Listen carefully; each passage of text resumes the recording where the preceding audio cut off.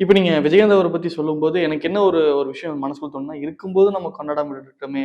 அப்டின்ற ஒரு எண்ணம் எனக்குள்ள இருந்துகிட்டே இருக்கும்.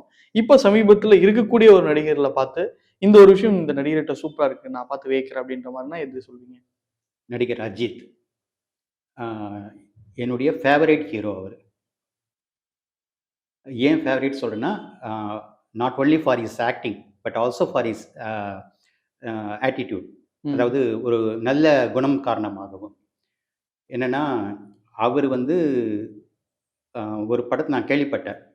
ஆ மங்காத்தா. மங்காத்தா படத்த கதைய வந்து வெங்கட் பிரபு சொல்றதுக்கு முன்னாடியே அஜித் கேட்டிருக்காரு. இது வந்து ஒரு நெகட்டிவ் ஷேட் கேரக்டர். நீங்க பண்ணுவீங்களா? ஏன்னா அப்பவும் வந்து அஜித் பெரிய ஹீரோ தான். மங்காத்தா பண்ணும்போதும். ம். நெகட்டிவ் ஷேட் இருக்கிற கேரக்டர் நீங்க பண்ணுவீங்களா சார்ன்னு கேட்டிருக்காரு. அப்போ அஜித் சொன்னாராம், "ஏன் பண்ணக்கூடாது?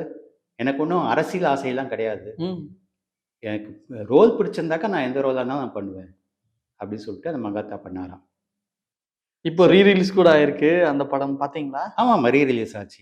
2 வாரங்களுக்கு முன்னால. ம். ஸோ அதுபோல வந்து தனக்கு அ சினிமா பாப்புலாரிட்டிய வச்சுக்கிட்டு, நம்ம வந்து அரசியல்ல நுழைஞ்சு அ பெரிய ஆளாயிடணும், முதலமைச்சர் ஆயிடணும் அப்படிங்கிற அ தப்பு கணக்கு, தவறான கணக்கெல்லாம் அவர்கிட்ட கிடையாது.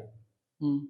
அதனால தான் வந்து அவரு எந்த ஒரு அரசியல் சார்ந்த விஷயங்களிலும் அ கலந்து கொள்வதோ, பேசுவதோ எதுவுமே கிடையாது.